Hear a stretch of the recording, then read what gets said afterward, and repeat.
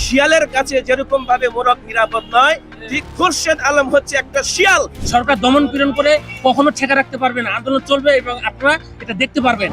বাংলাদেশের সবচেয়ে বড় শরিয়াহ ভিত্তিক ব্যাংকটি এখন এমন একটি সংকটের মুখে দাঁড়িয়ে যেটা শুধু ব্যাংকিং সমস্যা নয়, এটা এখন একটি পূর্ণাঙ্গ রাজনৈতিক লড়াইয়ে রূপ নিয়েছে। একদিকে গ্রাহকরা রাস্তায়, ব্যাংকের কাউন্টারে লাইন, ডিপোজিট তোলার হিড়িক, অন্যদিকে বাংলাদেশ ব্যাংকের গভর্নর বলছেন সব ঠিক আছে। আর এরই মাঝে ইসলামী ব্যাংকের বিতর্কিত চেয়ারম্যানের পদত্যাগের খবর ভেসে বেড়াচ্ছে সোশ্যাল মিডিয়ায়, যেটা না পুরোপুরি নিশ্চিত না পুরোপুরি গুজব। কিন্তু প্রশ্ন হচ্ছে, আসলে পর্দার আড়ালে কি চলছে? ইসলামী ব্যাংক নিয়ে এই পুরো খেলাটা কাদের স্বার্থে হচ্ছে, আর এই সংকটের শেষটা কোথায় গিয়ে ঠেকবে? আর এখান থেকে শুরু হচ্ছে আসল আলোচনা। গত শুক্রবার সন্ধ্যা থেকে সোশ্যাল মিডিয়ায় একটি খবর দ্রুত ছড়িয়ে পড়ে। ইসলামী ব্যাংকের চেয়ারম্যান খুরশিদ আলম বাংলাদেশ ব্যাংকের গভর্নরের কাছে গোপনে পদত্যাগপত্র জমা দিয়েছেন। সূত্র বলছে, আগামী রবিবার এটি আনুষ্ঠানিকভাবে ঘোষণা করা হবে এবং ততদিন বিষয়টি গোপন রাখার অনুরোধ করা হয়েছে। এই খবর পাওয়া মাত্র দুটি সম্পূর্ণ বিপরীত প্রতিক্রিয়া দেখা গেছে। ইসলামী ব্যাংকের গ্রাহকদের একটি বড় অংশ স্বস্তির নিঃশ্বাস ফেলেছেন। তাদের দাবি ছিল দীর্ঘদিন ধরে যে এই ব্যক্তিকে সরাতে হবে। অন্যদিকে একটি পক্ষ দ্রুত এটাকে গুজব বলে উড়িয়ে দেওয়ার চেষ্টা করেছে। কিন্তু পদত্যাগ হোক বা না হোক, একটি বিষয় এখন সবার সামনে স্পষ্ট, খুরশিদ আলমকে ঘিরে যে বিতর্ক তৈরি হয়েছে সেটি ইসলামী ব্যাংকের অস্তিত্বের জন্য একটি সংকট হিসাবে রূপ নিয়েছে। কিন্তু এখানেই বিষয়টা আরও জটিল হয়। প্রথম অভিযোগ, তার স্ত্রীর নামে অনিয়মের মাধ্যমে ঋণ সুবিধা নেওয়া হয়েছে এবং সেই ঋণ খেলাপি হয়ে গেছে। একজন ব্যাংকের চেয়ারম্যানের পরিবারের সদস্যের ঋণ খেলাপি হওয়া এটি শুধু আর্থিক অনিয়ম নয়, এটি একটি গুরুতর নৈতিক প্রশ্ন।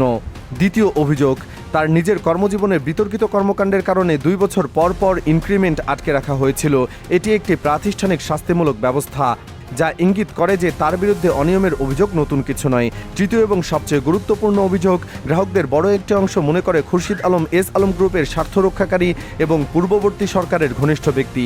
এই ধারণা গ্রাহকদের মধ্যে এতটাই গভীরভাবে প্রথিত হয়ে গেছে যে তাকে রেখে গ্রাহকদের আস্থা ফেরানো কার্যত অসম্ভব হয়ে দাঁড়িয়েছে। এবং ঠিক এই আস্থার সংকটই এখন ব্যাংকিং খাতে একটি বাস্তব আর্থিক সংকটের জন্ম দিয়েছে। বাংলাদেশ ব্যাংকের গভর্নর নিজেই কিছু গুরুত্বপূর্ণ তথ্য দিয়েছেন, যেগুলো গভীরভাবে বিশ্লেষণ করা প্রয়োজন। তিনি দাবি জানিয়েছেন 2024 সালের জুলাইয়ে ইসলামী ব্যাংকের আইডির অর্থাৎ ইনভেস্টমেন্ট ডিপোজিট রেশিও ছিল প্রায় 93%। এটি বাংলাদেশ ব্যাংকের নির্ধারিত সীমা 92%-এর কাছাকাছি, তবে তখনও মোটামুটি নিয়ন্ত্রণে ছিল। কিন্তু মার্চে এসে এই রেশিও লাফিয়ে 97 থেকে 98% পৌঁছে গেছে। এটি একটি অত্যন্ত বিপজ্জনক সংকেত, কারণ আইডি আর 98% মানে হলো ব্যাংকের কাছে থাকা প্রায় সমস্ত আমানত ইতোমধ্যে বিনিয়োগে চলে গেছে, নগদ রিজার্ভ প্রায় তলানিতে। এখন যদি গ্রাহকরা আরও বেশি হারে ডিপোজিট তুলতে থাকেন, তাহলে এই রেশিও শতভাগ ছাড়িয়ে মাইনাসে চলে যাবে।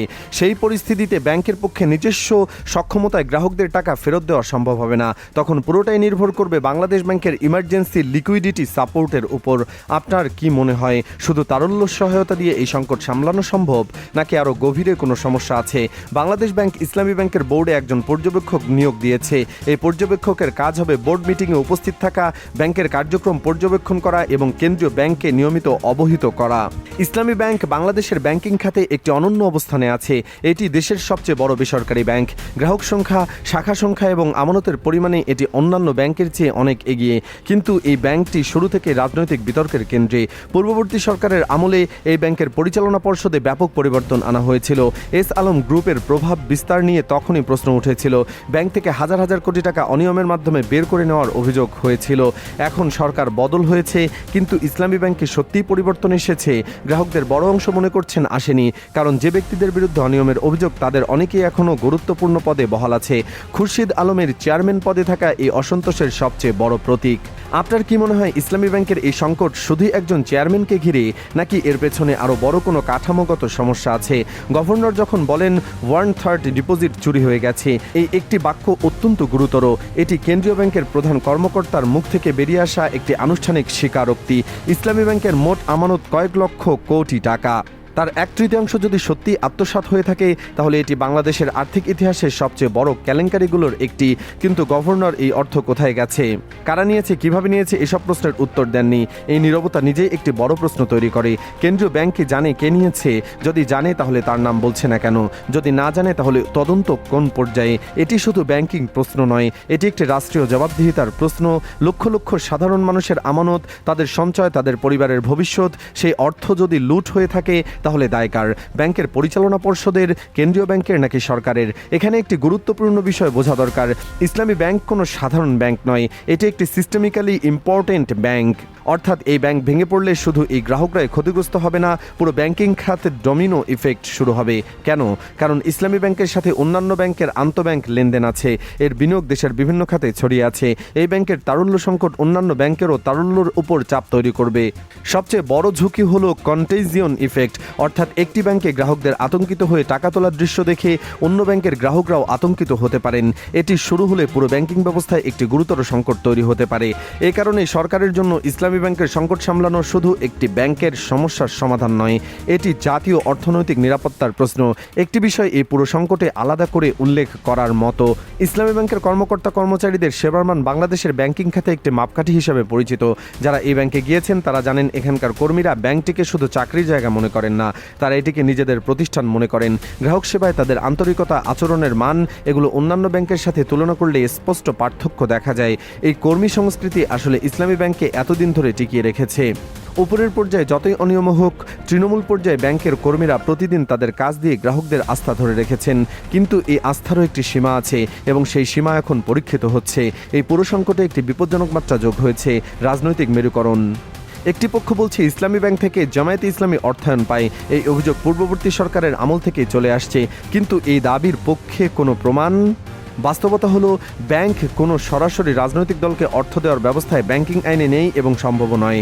ব্যক্তিগতভাবে কোনো কর্মকর্তা বা গ্রাহক যদি কোনো দলকে দান করতে চান সেটি তার ব্যক্তিগত বিষয়, কিন্তু প্রাতিষ্ঠানিকভাবে ব্যাংকের তহবিল থেকে কোনো দলকে অর্থ দেওয়া এটি নিয়ন্ত্রিত ব্যাংকিং ব্যবস্থায় নয়।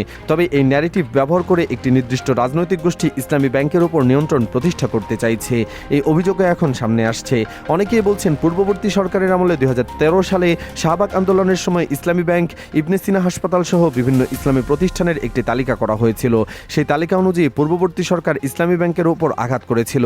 এখন প্রশ্ন উঠেছে, বর্তমান সরকারের ভেতরেও কি একই ধরনের শক্তি কাজ করছে, যারা একই এজেন্ডা বাস্তবায়ন করতে চাইছে ভিন্ন উপায়ে? এবং আরও একটি উদ্বেগের বিষয়, গতকাল ইবনে সিনা হাসপাতাল বন্ধ করে দেওয়ার খবর এসেছে। এটিকে কাকতালীয় নাকি একটি সুপরিকল্পিত ধারাবাহিক অংশ? আগামী রবিবার অত্যন্ত গুরুত্বপূর্ণ। খুরশিদ আলমের পদত্যাগ আনুষ্ঠানিকভাবে ঘোষণা হবে কিনা, বাংলাদেশ ব্যাংক কী ধরনের পদক্ষেপ নেয়, গ্রাহকদের আন্দোলন কোন দিকে মোড় নেয়, এই তিনটি বিষয়ের উপর নির্ভর করছে ইসলামী ব্যাংকের ভবিষ্যৎ। একটি বিষয় পরিষ্কার, ইসলামী ব্যাংক শুধু একটি আর্থিক প্রতিষ্ঠান নয়, এটি বাংলাদেশের অর্থনীতির একটি স্তম্ভ। এই স্তম্ভ যদি নড়ে যায় তাহলে পুরো ব্যাংকিং খাতে যে প্রভাব পড়বে সেটি সামলানো কারো পক্ষেই সহজ হবে না। আর যদি পরিস্থিতি আরও খারাপ হয় তাহলে এর প্রভাব শুধু একটি ব্যাংকেই সীমাবদ্ধ থাকবে না, দেশের সামগ্রিক আর্থিক স্থিতিশীলতা হুমকির মুখে পড়তে পারে। এই পুরো পরিস্থিতিকে আপনি কিভাবে দেখছেন? ইসলামী ব্যাংকের সংকট কি শুধুই একজন চেয়ারম্যানের সমস্যা, নাকি এটি আরও গভীর কিছু? আপনার বিশ্লেষণ কমেন্টে জানান। ভিডিওটি গুরুত্বপূর্ণ মনে হলে লাইক এবং শেয়ার করুন। দেখা হবে পরবর্তী আপডেটে।